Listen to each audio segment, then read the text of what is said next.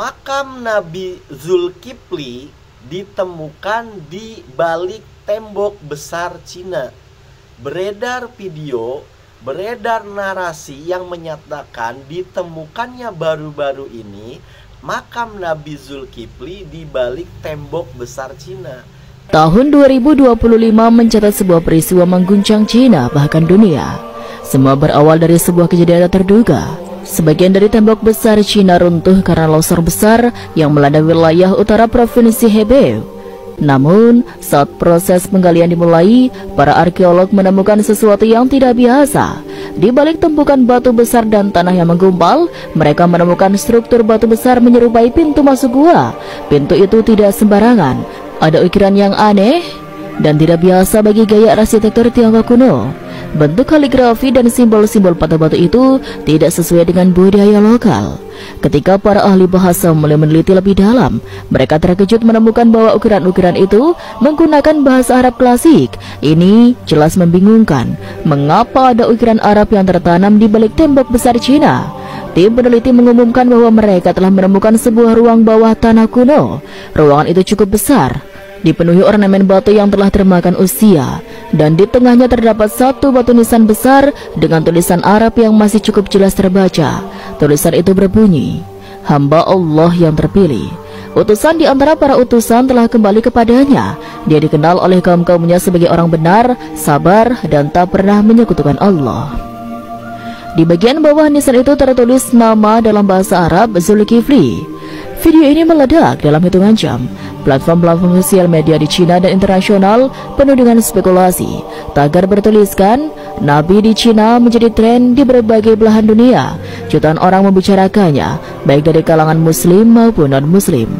Dan banyak dari umat Islam yang mempercayai berita ini. Cenderung bahkan mereka itu bangga, senang dengan pemberitaan ini, dengan narasi-narasi yang beredar seperti ini. Namun tahu nggak kalian, ternyata itu semua adalah hoax, adalah bohong, begitu loh. Nah, yang jadi pertanyaannya, kenapa umat Islam itu suka dibohongin, suka dengan berita-berita hoax yang jika kaitannya itu dengan keyakinan mereka? Karena seperti kita ketahui, Nabi Zulkifli itu adalah salah satu nabi yang wajib diimani oleh umat Islam dari 25 nabi dan rasul, begitu loh. Sehingga ketika ada pemberitaan-pemberitaan yang berbau tentang keimanan, tentang agama, mereka itu langsung aja gitu nerima berita itu. Nggak peduli itu berita hoax, apakah itu berita benar atau salah, mereka seneng, bangga begitu loh. Ternyata benar Cina itu bisa maju, bisa peradabannya atas sumbangsihnya daripada Islam, kan begitu. Nah, kenapa umat Islam bisa seperti itu, begitu loh. Ya, kita juga tidak menafikan lah ya.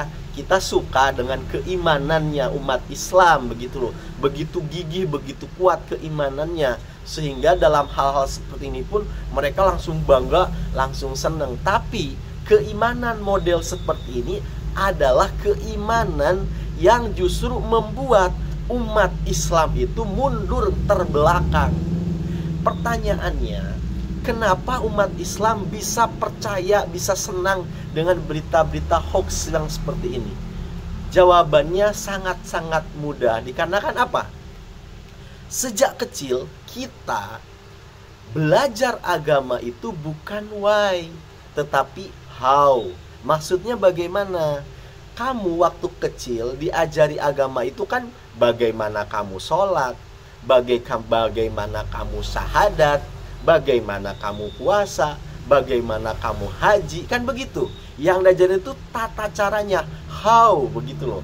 Tapi tidak pernah diajarkan tentang why, mengapa. Contohnya, mengapa saya sholat, mengapa saya harus percaya kepada Tuhan, mengapa saya harus percaya kepada Nabi, kan begitu. Jarang. Bahkan ketika kita mempertanyakan why, ini dianggap sesuatu hal yang tabu, sesuatu hal yang ya gak pantas mempertanyakan. Masa iya mempertanyakan kenapa Tuhannya Allah, kenapa nabinya Muhammad, kan begitu. Itu malah tabu begitu loh.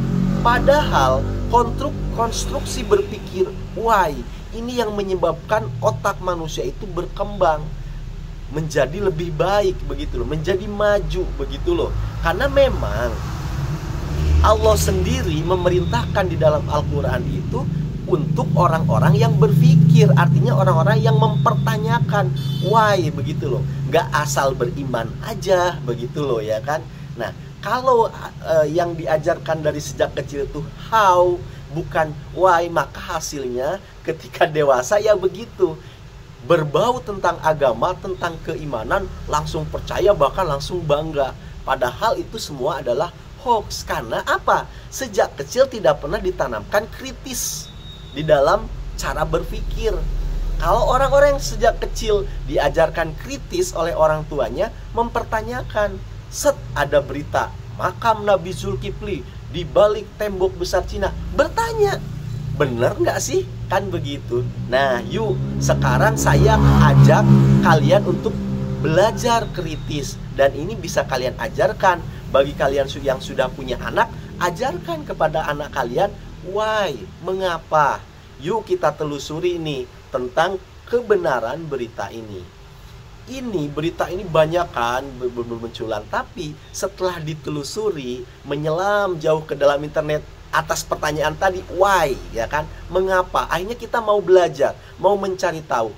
Ternyata itu adalah salah satu makam daripada biksu dari dinasti Jin begitu loh, yang mana ini lahirnya dinasti Jin ini 1113 Masehi begitu loh, kira-kira seperti itulah ya. Nah sekarang kita komparasi dengan Nabi Zulkifli, yang mana Nabi Zulkifli itu 1500 atau 1600 sebelum Masehi.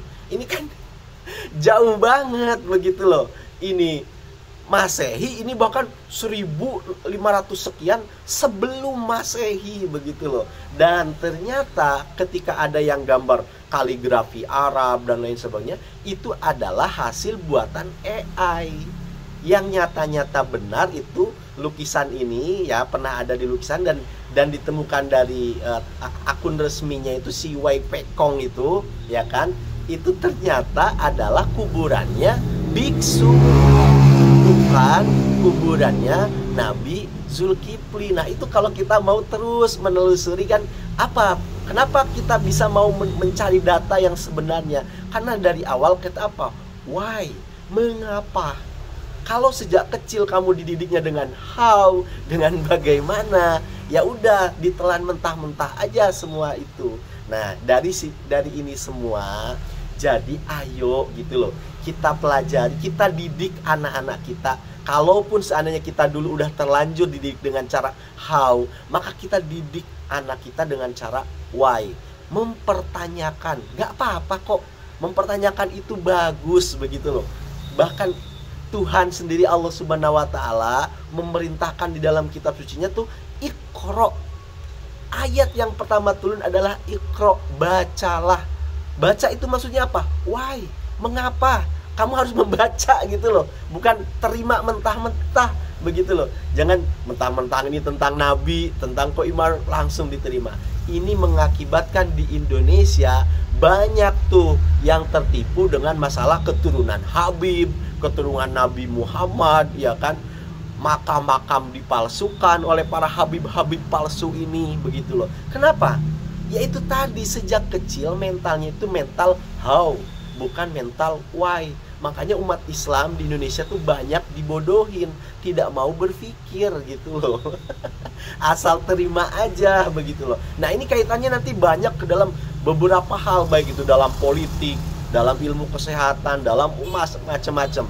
Ketika orang itu tidak terbiasa dengan kritisme, langsung aja diterima mentah-mentah ya kan. Berita apa, terima mentah-mentah, tidak mau meng-cross check, tidak mau mempertanyakan lebih dalam. Itu tadi karena mental yang ditanamkan sejak kecil adalah how, bukan why. Ingat, mental itu gratis. Kamu ajaran kepada anakmu, gak usah les, gak usah apa, gratis. Kamu ajarkan mental yang benar kepada anak kalian. ajarkan anak kalian tuh why, bukan how. Setelah why-nya ketemu baru how. Itu juga yang diajarkan Nabi Muhammad kepada para sahabatnya. Diajarkan dulu mengapa, baru itu baru belajar how-nya, baru belajar ritualnya. Terima kasih karena sudah menyimak, semoga bermanfaat.